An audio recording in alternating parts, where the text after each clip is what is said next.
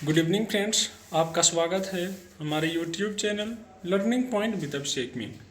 अगर आप चैनल पर पहली बार आए हैं तो चैनल को सब्सक्राइब कर लीजिए और बेल आइकन प्रेस कीजिए ताकि आपको डेली डिक्टेशन मिल सके।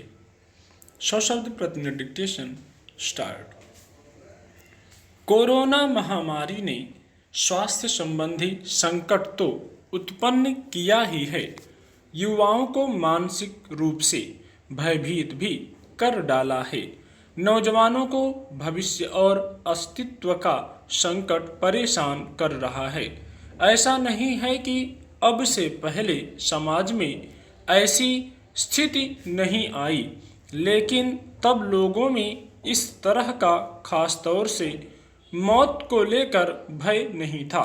फिर इस महामारी के आने के बाद ऐसा क्या हुआ कि लोग जीवन की सच्चाई जानते हुए भी डरने लगे हैं। इस पक्ष को हाल में देश के विभिन्न हिस्सों में घटी कुछ घटनाओं से स्पष्ट रूप से समझा जा सकता है। कुछ दिन पहले इंदौर में कोरोना से पति की मौत होने पर पत्नी ने भी अस्पताल की 9वीं मंजिल से कूदकर आत्महत्या कर ली। एक अन्य घटना में एक प्रोफेसर पति की निजी अस्पताल में कोरोना से मृत्यु होने पर उसकी प्रोफेसर पत्नी ने भी घर पर अपनी जान दे दी। कोटा शहर में एक बुजुर्ग दंपति ने अपने कोरोना संक्रमित होने पर ट्रेन के आगे कूदकर सिर्फ इसलिए जान दे दी कि कहीं उनके कारण परिवार में पोते और अन्य सदस्यों को संक्रमण न लग जाए। ऐसी घटनाएं यह सोचने पर मजबूर करती हैं कि सामान्यतः परिवार में किसी एक सदस्य की मृत्यु के बाद दूसरे सदस्य उसकी जिम्मेदारियों का निर्वाह करते थे, ना कि उसके साथ स्वयं को भी समाप्त कर लेते थे। यह भी एक तथ्य है कि किसी निकटतम रिश्तेदार की मृत्यु हो जाने पर व्यक्ति में भावनात्मक बिखराव की स्थिति उत्पन्न होती है, परंतु वह अन्य जीवित सदस्यों को देखकर मजबूत होता है। फिर आखिर क्यों लोग इस तरह के कदम उठाने को मजबूर हो रहे हैं? यह विज्ञान का युग है, जहां मनुष्य भावनाओं से ऊपर उठकर तर्क को महत्व देता है। तो फिर क्यों इस संकट काल में मनुष्य तार्किकता खोता जा रहा है? आखिर क्यों वह इतना भयभीत नजर आ रहा है? संभवतः भय के कारण ही वह सही निर्णय ले पाने में अपने को असमर्थ पाने लगा है। इस बात से इनकार नहीं किया जा सकता कि आज जिस तरह का मंजर व्याप्त है, उसमें हर इंसान डर के साए में जीने को मजबूर है, क्योंकि कोई भी दर्दनाक और आकस्मिक मौत नहीं मरना चाहता, यह जानते हुए भी कि जिसने जन्म लिया है उसका अंत भी एक ना एक दिन निश्चित है। फिर प्रकृति के इस अटल सत्य से इंसान क्यों भाग रहा है? यह सवाल आज समाज शास्त्रियों के लिए भी बड़ी चुनौती बन गया है। इसलिए ऐसे प्रयासों पर चिंतन मनन जरूरी हो गया है, जिससे इस आपदा से दुनिया को बचाया जा सके।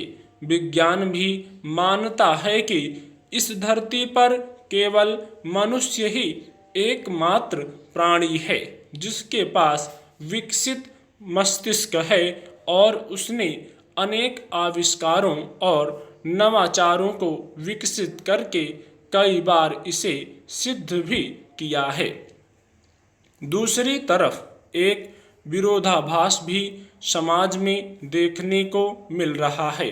कुछ ऐसे भी लोग हैं जिन्होंने लोगों के भय में भी लाभ का लोभ नहीं छोड़ा, बल्कि यह कहना ज्यादा सही होगा कि भय का बाजार खड़ा कर डाला।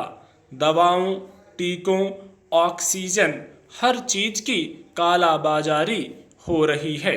यहाँ तक कि कफन और शमशान को भी नहीं छोड़ा। ये सब देखकर मन में यह सवाल उठता है कि संकट की इस घड़ी में भी कुछ लोग इतने स्वार्थी कैसे हो सकते हैं कि मौत का सौदा करने से भी नहीं चूक रहे। भय का बाजार लोगों को डराने के लिए कम था कि मौत का बाजार भी खड़ा कर दिया। इतना ही नहीं, कोरोना मरीजों की देखभाल के लिए अस्पताल या घर में उनकी तीमारदारी के लिए कुछ लोगों को किराए पर लाया जा रहा है, क्योंकि उनके अपने खून के रिश्तों ने उनसे मुंह मोड़ लिया। उन्हें इस बात का डर लगा रहा है कि कहीं संक्रमित न हो जाएं और मौत का सामना न करना पड़ जाए। इसलिए 400 से 800 रुपये रोजाना पर इस तरह के तीमारदारों की सेवा लेने से पहले किसी ने यह नहीं सोचा कि क्या इन जरूरतमंदों की जान की भी कोई कीमत है। ये भी अपनी और परिवार की रोजमर्रा की जरूरतों को पूरा करने के लिए जान जोखिम में डालने को मजबूर हैं, क्योंकि इनके पास कोई विकल्प नहीं है। फर्क सिर्फ इतना है कि कुछ लोग खुद को जिंदा रखने के लिए अपनों से दूर हो रहे हैं और कुछ अपनों का जीवन बचाए रखने के लिए खुद को जोखिम में डाल रहे हैं। समाजशास्त्री अल्रिच बैक ने 1986 में अपनी पुस्तक रिस्क सोसाइटी में संकेत दिया था कि भविष्य में तकनीकी विकास तेज होने के कारण पर्यावरणीय खतरे और असुरक्षा बढ़ेगी। आज वही हो भी रहा है। बैक का तर्क था कि आधुनिकता के दौर में बड़े पैमाने पर अनजान और अदृश्य वैश्विक चुनौतियां उत्पन्न हुई हैं और ये नए युग की निर्माता होंगी। आधुनिकता ने मानव समाज के सामने अनेक प्रकार के खतरे पैदा कर दिए हैं। ये खतरे स्थान, समय और सामाजिक भेदभाव की हमारी सभी अवधारणाओं से परे हैं। जो खतरा कल हमसे बहुत दूर था, वह आज और भविष्य में सामने खड़ा मिलेगा। आज कोरोना महामारी और इससे बने हालात इसके स्पष्ट उदाहरण हैं। बैक मानते हैं कि जोखिम भरे समाज से निपटने के लिए इसकी मूल प्रेरणा शक्ति यानी भय की भावना के विषय में विचार करना होगा।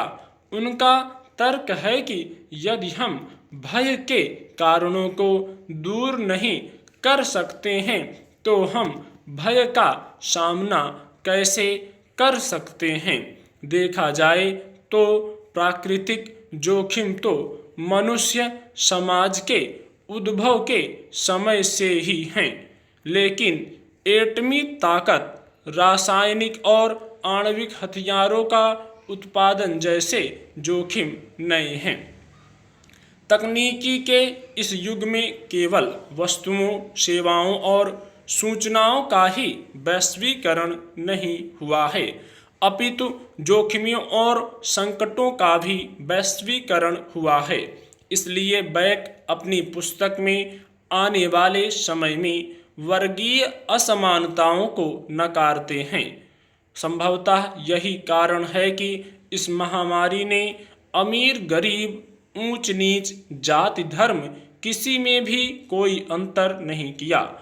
विकसित, विकासशील, अविकसित सभी देश इसकी चपेट में हैं और इस संकट से लड़ रहे हैं। इस बात को कहने में कोई गुरेज नहीं होना चाहिए कि मौजूदा दौर वर्गहीन पूंजीवाद का है, जिसमें सामाजिक असमानता तेजी से व्यक्तिगत होती जा रही है और व्यक्तिवादिता इतनी हावी हो चुकी है जिसमें हमारी बुनियादी आर्थिक, राजनीतिक और सामाजिक प्रक्रियाएं लगातार नए जोखिम पैदा करती हैं, जिसे बैक निर्मित अनिश्चितता के रूप में प्रस्तुत करते हैं। स्टॉप।